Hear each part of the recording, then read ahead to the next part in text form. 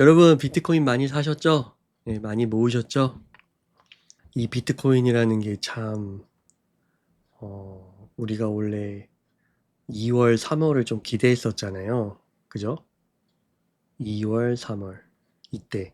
근데 이때 느닷없이 오히려 큰 폭의 하락이 나와가지고요. 관세 때문에. 막 100%, 200% 때린다니까. 1945년 포스트 1945 체제 이후에 이런 게 없었죠. 그래서 엄청나게 하락을 했습니다. S&P가 20, 나스닥이 한 28% 정도? 그죠? 그래서 이렇게 지연이 됐는데, 그래도 여러분, 이때 어떻게 보면 제가 항상 얘기를 했던 것 같아요. 어떤 사람은 그렇게 얘기를 하더라고요. 맨날 똑같은 얘기 한다고. 근데 여러분, 맨날 똑같은 얘기를 반복적으로 좀 들으셔야 돼요. 그리고 여러 가지 맥락에서 똑같은 메시지라도, 그쵸? 여러 가지 맥락, 측면, 이 현실에서 어떻게 돌아가고 있는지를 들으시면서 그 메시지를, 하나의 메시지를 강화하셔야 됩니다, 나한테. 그러니까 수학 문제도 똑같아요, 여러분.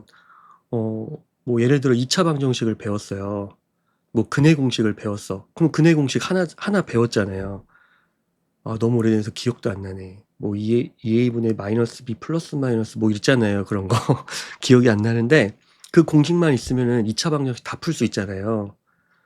근데 여러분 그거 한 번만 딱 풀면은 그 문제 풀 수 있나요? 수능 날 막 긴장하고 이러는데 떨지 않고 풀 수 있나요? 다양하게 들으셔야 돼요. 그리고 인간은 망각의 동물입니다. 본성적으로 망각을 하고요. 단기 기억 강하고, 그러니까 장기 기억으로 안 넘어가죠. 휘발성이라서 단기를 계속 반복해야 이게 장기 기억으로 넘어가는 거예요. 그렇게 해서 또 무의식까지 넘어가야죠. 그러니까 휘발성으로 계속 날아가고, 또 우리의 귀가 얼마나 나팔나팔거립니까? 주변에서 얼마나 유혹들이 많아요. 그러면은 하나의 메시지를 들었더라도 내일이면 또 흔들리고 3일이 못 가서 작심삼일하는 게 우리 인간의 모습입니다. 여러분 동의하시죠? 동의하시잖아요. 아침마다 아니면은 매해 새해마다 다들 계획 세우시잖아요. 뭐 세우십니까? 저는 다 맞출 수 있어요.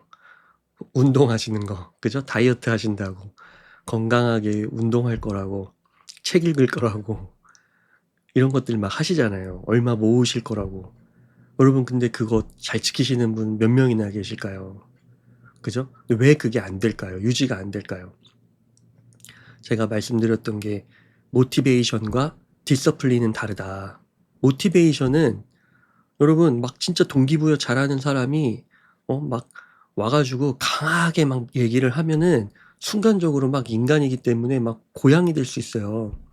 막 주변에서 막 심장 막 박동수 늘리는 음악 크게 틀어가지고 콘서트장 같은 거죠. 막 가면은 방방 뛰면서 진짜 얼마나 고향이 됩니까? 진짜 너무 행복하고 도파민 폭발이죠. 근데 여러분 문제는 우리가 365일을 그렇게 살 수 없다는 거예요. 그래서 현실은 뭐다? 모티베이션이 아니고 디서플린이에요. 그냥 하기 싫어도 해야 돼요. 그게 핵심입니다. 그 김연아 선수가 그랬대잖아요. 응? 그냥 하는 거죠. 훈련 그냥 하는 거예요, 그냥. 그죠? 그냥 MRI 하는 거예요. MRI. M, move, R, reading, I, DCA, investment. 그냥 비가 오나 눈이 오나 아우 짜증나. 오늘 힘들어. 운동화 다 젖겠네. 그래도 그냥 가서 하는 겁니다. 그렇게 해서 한 달, 두 달, 6개월, 1년 하다 보면은 네, 비트코인이 이제 이렇게 우리에게 나도 모르게 체력이 막 올라가져 있고 문해력이 늘어가져 있고 내 계좌에 이렇게 많이 모였어? 이렇게 되는 거라는 거죠. 그죠? 그래서 어떻게 보면요, 제가 똑같은 메시지를 얘기했어도 여러분 결과적으로는 뭐냐면 결국은 실천한 사람은 돈을 더 벌었어요. 이 떨어졌을 땐 괴롭죠. 왜? 내가 벌써 막 계좌에서 막 수천에서 수억이 왔다 갔다 하는 거야. 근데 결국에 또 개수를 늘려놨더니 이제 고점에서 몇 프로 남습니까? 6% 남았어요. 6%. 그죠? 그러니까 그냥 비가 오나 눈이 오나 여러분 디서플린입니다. 군대 가서 비 온다고 훈련 안 나가고 하겠습니까? 그냥 해야죠. 네. 그래서 여러분 이제 점점 다가오는 것 같아요. 비트코인이 여러분 언젠간 가요. 얘는 갈 수밖에 없어. 제가 거의 1년 내내 얘기했고 저희 거인의 정원 책들로 1년 내내 얘기한 거 1년도 아니죠. 진짜 한 2년, 3년 전부터 얘기했던 것 같아요. 그죠? 내내 얘기했어요. 근데도 이거 보시면은 요거 더 그레이트 비트코인 나오고 한 100% 올랐고요. 트럼프 시대의 지정학과 비트코인 책 나오고 한 50% 올랐습니다. 비트코인 슈퍼사이클 나오고서 한 3배 올랐고요. 다른 책들도 나와서 다 몇십 프로씩은 올랐어요. 이건 신간이니까. 그리고 비트코인 미래는 없다. 이것도 어떻게 보면은 11만 깨지는 것까지도 책이 나오고 줬죠. 지금은 이제 11만 6천인데 저는 여기서 한 번 더 점프가 있을 거라고 봐요. 네. 여기까지 있을 거라. 그리고 만약에 지켜봐야 돼요. 여기까지 갔는데 예전 사이클처럼 하락이 안 나올 수도 있어요. 진짜 S&P 500처럼 되고 나스닥처럼 돼서 왜냐면 지금 이때 고래들이 엄청 던졌거든요. 수천억에서 수조를 던졌는데도 가격이 안 빠져. 안 빠져. 그래서 이게 지금 어떻게 될지 모르겠어요. 제가 안 사신 분들, 없으신 분들 겁을 주려고 하는 게 아니라 진심입니다. 마이클 세일러도 비트코인의 겨울은 이제 없다라고 얘기하고 있어요. 그러니까 물론 20, 30%는 하락이 나올 텐데 60, 70%는 없고 50%도 간당간당한 거죠. 그죠? 그 말은 이제는 기회가 진짜 없을 수도 있어요. 비트코인이. 왜? 얘가 만약에 20만 불 가서 30% 조정받으면 14만이거든요. 그럼 이 가격도 안 올 수도 있어요. 그죠? 이제 그렇게 되는 겁니다. 몰라요. 어떻게 될지 몰라. 자, 그래서 여러분 이제는 딱 그겁니다. 변동성은 신실한 자에게 축복이다. 신실한 사람은 이제 복을 받는 거예요.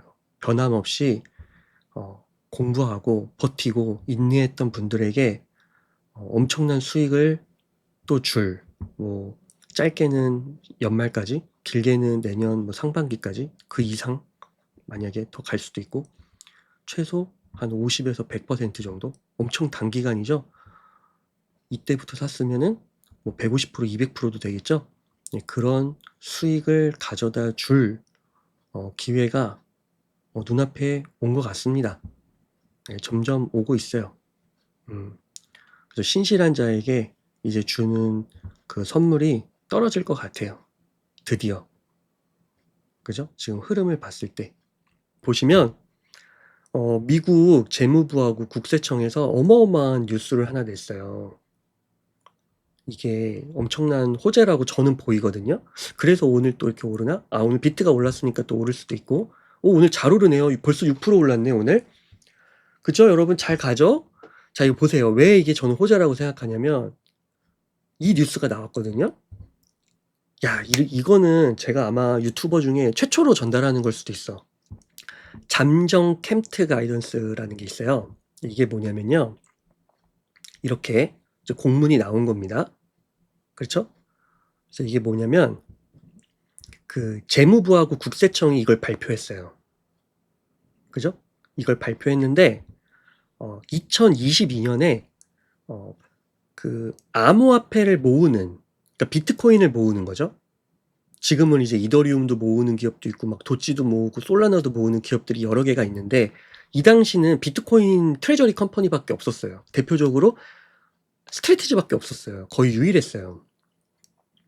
근데 22년에 그 여러분 인플레이션 감축법이라고 IRA 많이 들어보셨을 거예요. 그죠? 전기차 관련해서 2차 전지 이런 거 관련해서 많이 들어보셨을 거예요.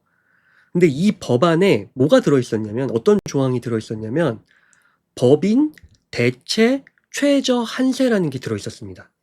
이 감축법 안에. 그게 캠트예요. 캠트 영어로는. 법인 대체 최저 한세. 그래서 영어로는 Corporate Alternative Minimum Tax라는 게 있었습니다. 근데 이게 뭐냐면 이게 되게 악법이에요. 비트코인 트레저리 컴퍼니들한테는. 왜 그러냐? 쉽게 말하면은 예를 들어 스트레이티지가 비트코인을 모았잖아요? 그래서 2천만 원에 샀어. 근데 걔가 5천만 원이 됐어. 그러면은 4천만 원이 됐어. 그럼 수익률이 100%가 났잖아요. 근데 이걸 안 팔았는데 여기에 대한 세금을 내야 돼. 안 팔았는데. 좀 황당하죠. 그리고 자본주의의 약간 끝판왕 국가가 미국인데 미국에서 이런 법을 만든 거예요. 그래서 3년이라는 시간을 줬습니다. 안 팔아도, 그러니까 장부 소득, 장부에서만 존재하는 거라도 거기에 최소 15%의 세율을 적용해서 세금을 내라는 거예요.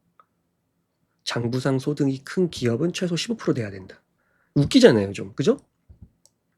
근데 트럼프가 이런 거 싫어하잖아요.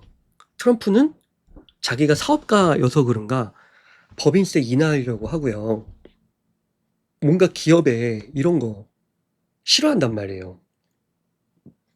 세수 확대 이런 거 싫어하고. 그죠? 그래서 뷰티풀 법안 다 감세 아니라는 말이에요. 그래서 그것 때문에 지금 민주당 특히 그 오바마 케어 그런 의료비 감세 그런 거랑 덧붙여서 지금 뭡니까? 셧다운이 터진 거예요, 지금. 그죠? 아무튼 트럼프는 감세예요, 감세. 그리고 기업 위주란 말이에요. 근데 이 캠트라는 게 있었잖아요. 그러니까 트럼프가 볼 때는 트럼프 정부가 볼 때는 이게 말이 안 되는 거야. 그리고 또 이 IRA 목적이 뭐냐면 세수 확대인 거예요. 세수 확대. 근데 세수를 많이 걷는데 그게 기업에서 많이 걷으면 관세는 낫지 차라리. 왜? 다른 나라에서 걷으니까. 그러니까 그건 오케이야. 근데 우리나라 자국 기업들한테 걷는 거는 안 되는 거야. 그래서 이 캠트를 여러분 이번에 어떻게 하라는 거예요? 이게 지금 제가 보니까 100%는 아닌데 이거를 줄일 수도 있고 폐지시킬 수도 있어요. 그거에 대한 이야기가 나왔어. 그러니까 일단은 최소 줄이는 거예요. 그러니까 지금 이 이야기를 갖고 있는 게 시장이었는데 이 스토리, 이 내러티브를 갖고 있는 게 시장이었는데 엄청난 게 바뀐 거죠. 시장에서 스토리가 만약에 비트코인으로 내가 지금 64만 개를 갖고 있는데 비트코인이 만약에 여기서 2배가 돼. 그러면 지금도 몇십 조거든요.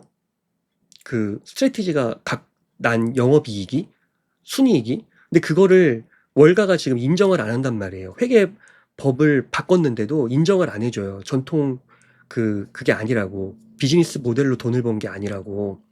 근데 정말 정부가 점점 큰 흐름이 이쪽으로 옮겨가면서 암호화폐 친화적으로 가면서 법이 만들어지고 회계에 반영이 되고 비트코인의 가격이 변동성이 약해지면서 S&P 500이나 나스닥처럼 지수화가 되고 이러면 압도적으로 오르면 결국에는 이게 저는 기업의 가치로 당연히 인정이 될 수밖에 없다고 봐요. 마치 뭡니까? 기업이 있는데 기업이 스트래티지는 비트코인을 갖고 있죠. 기업이 부동산을 엄청 갖고 있는 거야. 막 60 몇만 개를 갖고 있는 거야. 그럼 여러분 이 기업이 그 부동산 갖고 있는 것만 해도 엄청난 자산이고 거기다 건물 올려가지고 뭐라도 할 수 있지 않겠습니까? 월세라도 받겠죠. 그러면 주가가 안 오를 수가 없죠. 전 비트코인도 똑같다고 봐요. 지금도 시작이고 이제 월가가 좀 바뀌려고 하는 거니까 그걸 회계 이익으로 다 안 잡아주려고 하는 거지.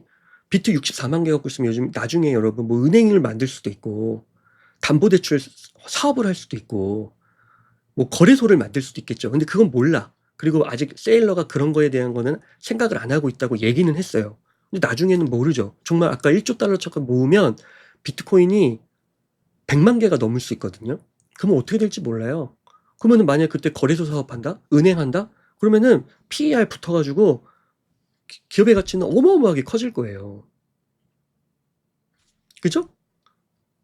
근데 거기에 대해 이제 캠트가 점점 암호화폐 기업에 친화적으로 돌아선 거야. 근데 이걸 누가 했대? 재무부와 국세청이 했대요.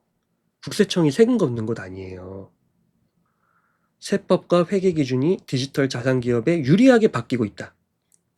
이는 스트래티지, 주식회사와 같은 기업의 세액 부담을 줄이고 재무제표에 더 직접적으로 비트코인 효과가 반영되는 전환점이다. 그래서 이거를 바로 오늘 스트래티지가 투자자들에게 공식 문서로 뿌렸어요. 왜냐면 이건 엄청나게 큰 뉴스거든요. 그래서 이런 흐름도 있다. 그렇습니다, 여러분. 그래서 저는 이제 스트래티지가 좀 호재라고 생각을 하고 앞으로 비트코인의 가격이 결국 많이 오르면 오를수록 MSTR의 주가가 결국은 뭐 지금은 이렇게 잘 안 움직이는 것 같더라도 결국은 비트코인이 폭발적으로 오르면 MSTR이 결국 오를 수밖에 없지 않느냐. 저는 아직 거기다가 베팅을 하고 있는 겁니다. 근데 여러분 만약 거기다가 베팅을 할 필요 없어요. 여러분 저는 그냥 베팅을 한 거예요. 제 공부를 해서 그게 맞는 것 같으니까. 그래서 그게 아니면 여러분 그냥 비트코인 현물로도 충분해요. 비트코인만 사도 연에 한 20에서 40% 꾸준히 오르니까요. 그쵸? 그래서 그렇게 보시면 돼요. 그러니까 이게 호재라고 해도 이제 시장이 인정해주는 호재여야 되거든요. 그죠? 그래서 뭐 이런 것도 있다. 그죠? 그렇습니다. 이야기가 전달을 좀 했는데 아무튼 여러분 이제 비트가 좀 달려줘야죠. 어이구 또 넘었네. 11만 7천. 진짜 옥토버가 오는 걸까요, 여러분? 여러분 이거 한번 이것까지만 볼까요? 여러분 옥토버가 오면요 무서워요. 자, 이 옥토버 평균 30% 오릅니다. 그러니까 지금 가격에서 30% 오르면 15만 가는 거예요. 자, 그쵸. 2024년에는 10% 올랐어요. 10%. 별로 안 올랐네. 23년도에는 28%, 22년도에는 5%, 21년도에는 무려 43%, 20년도에는 27%, 19년도에는 11%, 2018년에는 마이너스예요. 자, 이 밑은 좀 변동성이 크니까 빼자고요. 자, 마이너스인 게 2018년이죠. 그 이후엔 다 올랐어. 그리고 만약에 범위로 잡으면 최소 한 10%에서 43%까지 오를 수 있다. 그럼 만약에 여러분 이번에 한 20-30% 10월에 올라버리면 어떡할, 이거 평균 29%인데 한 20% 올라. 그죠? 그러면 14만 가 있는 거예요. 그죠? 14만 1천 정도 가 있는 거예요. 그러면은 2억이 넘겠죠? 지금 환율도 높으니까. 그렇게 되는 겁니다, 여러분. 그리고 이게 연말까지 랠리를 계속한다. 노벰버도 좋죠? 37%. 디셈버도 좋아요. 10월 10%. 여러분 이게 다 올려버리면은 살 기회를 안 준다는 거예요. 그러면 딱 요거죠. 비트는 한번 오르면 살 기회를 안 줘요. 그때 떨어져야 돼. 그러니까 막 오를 때는 못 사. 그때는 이 떨어지는 게 이제 떨어질 때 사야 되는 거죠. 이렇게 떨어질 때. 근데 떨어지면 전 저점보다 높죠. 그러니까 결국 비싸게 사야 돼요. 여기도 보세요. 여기 더 확 오르죠, 그냥. 그죠? 여기 5만에서 그냥 10만까지 100%를 그냥 쉼없이 올라버리죠. 여기도 7만 5천에서 한 10만까지 한 50%, 60%를 그냥 확 올라버려요. 여기도 그렇죠. 이렇게 될 수 있습니다. 안 될 수도 있는데 이렇게 될 가능성이 높아 보여요. 저도. 그래서 연말에 톱니도 아까 보니까 15만에서 14만에서 25만 보잖아요. 여기 이렇게 가 있는 거예요. 여기 만약 20만이면 여기가 있는 거네. 지금 요 밑에 안 보이네, 차트가. 그죠? 여기 찍히는 거예요, 여기. 여기서부터. 여기. 그죠? 그래서 아무튼, 성실하게, 비트가 떨어질 때도 비트를 배신하지 않고, 비트와 함께 항상 동행하시면서 더 격려해주고, 더 모으고, 더 품어주고 했던 분들에게 점점 더 좋은 시기가 오고 있는 게 아닌가 싶습니다.